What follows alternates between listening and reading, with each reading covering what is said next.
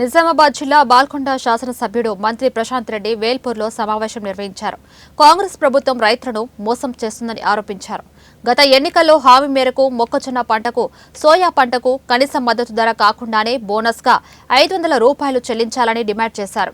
రైతులకు హామీ ఇచ్చిన మేరకు ఎకరాకు 7,500 రైతు భరోసా చెల్లించాలని డిమాండ్ చేశారు. వెంటనే మక్కల కొనుగోలు కేంద్రాలు పెట్టి 2,725 రూపాయలు పర్ క్వింటాల్ పెట్టి కొనుగోలు చేయాలి. నంబర్ 1. నంబర్ 2, సోయా ఎంఎస్పీ ధర 4,892 ఉంది. 500 రూపాయలు మీరు ఇస్తాన్న బోనస్ కలిపితే 5,392 రూపాయలు అవుతుంది.